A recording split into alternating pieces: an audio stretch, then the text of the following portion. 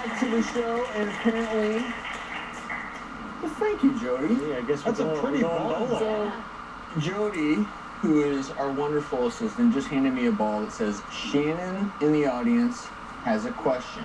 Shannon, where are you? Right here. I'm currently 8 months pregnant, and I have a question for Dr. Lisa. Now, I've heard that your cervix can stretch to the size of a bowling ball. And my baby's about to be about 10 pounds, they're saying, at delivery. Now, how in the world am I going to get a baby out? Now, some women's pelvises are meant for 10-pound babies and some aren't. And your obstetrician's going to let you know that. But typically, the bony pelvis, this is what our little guy here, it's this outlet that we're talking about. Okay, right here. And you got to, and basically whether or not, and that's actually why your hip bones and things get a little bit soft towards the end. So that bowling ball is going to fit through there? I think we're going to need a C-section on this one. Well, you have to remember the head's not that big. Okay, good. So it's basically the head size is the biggest, and that's what comes first. So as long as that head size can fit through that bony pelvis, and then the cervix is going to completely... So maybe more realistic here? I mean, even that's probably a... Plus, knowing that the head, the skull is made up of many different plates, if they're going to kind of mold together and kind of get the cone shape for a while. Oops. Oh, and then we're going to have fun I like here. this baby's coming out all dressed. And so the cervix starts out closed, goes 1, 2, 3, 4, 5, 6, 7, 8, 9, 10 centimeters. At 10 centimeters, so if I'm the baby, that baby can come in like that. And it just sort of, the cervix just the corner. There you go. Oh, look. I got him. We just birthed Jim. you gonna get me? That's pretty much you. You have to do well. Dr. Orton, paging Dr. Orton. That's me. All right, hopefully something I can handle here. Dr. Orton, procedure room.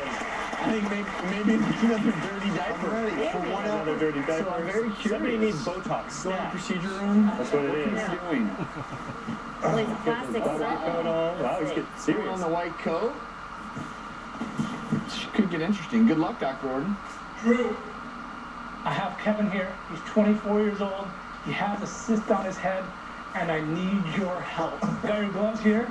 This is Dr. Orton's partner, Dr. He Chopra. doesn't want to lose Well, it. I have a sister that. Hey, Dr. Chopra, how's it going, buddy? So, Kevin, why don't you tell Drew about your cyst? I've had this cyst about 14 years now, and I just thought it'd be a good time to get rid of it. Well, you've met the right doctor, and he's got the right assistant for him. So, Kevin already been numbed up, and we're ready to go right now. He's all prepped up. He's been numbed up. So the key here is he's making an incision down to the cyst, but not through the wall. So tenting up on the skin here for him, Oh my God, dude. hopefully is going to Not very sick. Yeah. allow him to find. And guys, when you remove a cyst, you need to make sure you remove the entire cyst, right? Well, that's the idea. That's why I'm retracting for him here. You almost think of it as a tiny water balloon in there. If you just remove the water, the balloon's still in there, it'll reform. Well, exactly. You know, there's a wall around this cyst, like Travis was saying, and we really got to get that wall out so it never comes back. Probably the most common cyst that we see on people, called either a sebaceous cyst or an inclusion cyst. You know, you were talking about delivering a baby a second ago. This is gonna get this is gonna get delivered like a baby in 1 second. And the good news is cysts are normally more of a nuisance than anything. They can get infected, they can get inflamed. But like Dr. Jim said, a cyst is a balloon-like structure. It's there it is. It'll all come out in one piece. You got it. That's what I'm trying to do. Get it all out in one piece. It's a boy.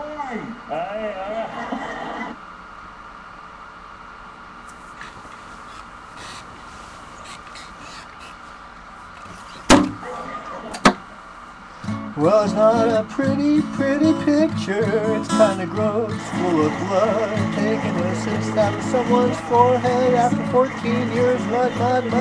Mud in your eyes. Some Kevin are excited to see your forehead without the cyst. Probably not. feel better, better. All right. Now that cyst is not gonna make it a little cut, a little surgery, and a little blood. I'd say there's some burning material here. Okay. You're going to squeeze the top handle down, and you're going to sweep side to side at the base of the burning material. Closed captioning provided by Eggland's best eggs. The best in nutrition just got better. There's one important ingredient that hasn't changed. Better taste. Eggland's best. The better egg. Introducing Fresh Pet. Recipes so fresh, the only preservative we use. Okay, another song by Paul Beckman, Polyamber Song, created February 7th, 2012.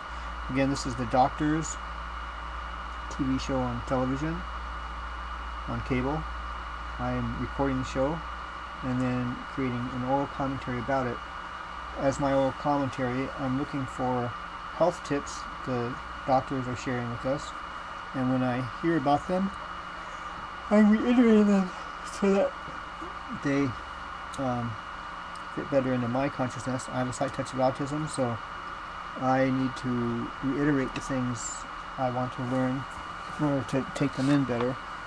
So I'm doing that for me, and I'm doing it for the welfare of anybody else as well. This is going to use the guitar chords C7 and G7. This song is being created February 7th, 2012 by Paul Beckman, Polyamber Song. The title for this song is going to be Cyst or Desist.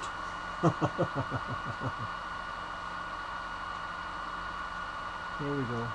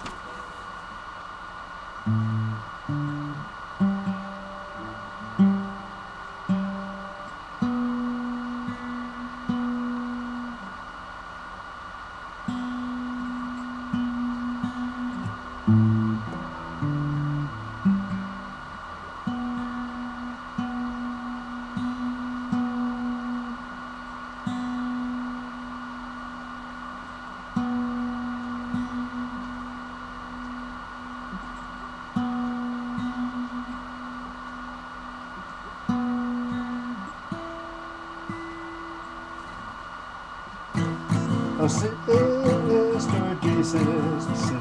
or desist now. Yeah, I had a cyst once a long time ago, and I'm sure glad that it went away.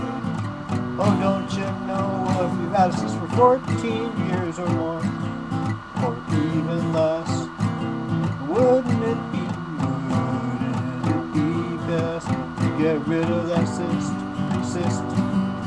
or desist, or wouldn't it now?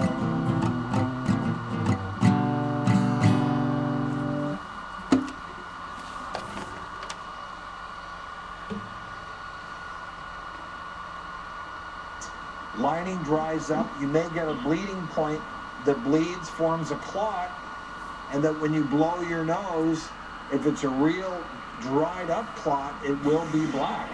And one thing you can do is you can use a humidifier at night, use nasal saline, and see if that improves it. Yeah, maybe put a little ointment into there before you go to bed, kind of mush it around a bit. So, probably not mascara. I don't think so. All right. Thank you so much. Well, Dr. Orton, Yes. ate the octopus.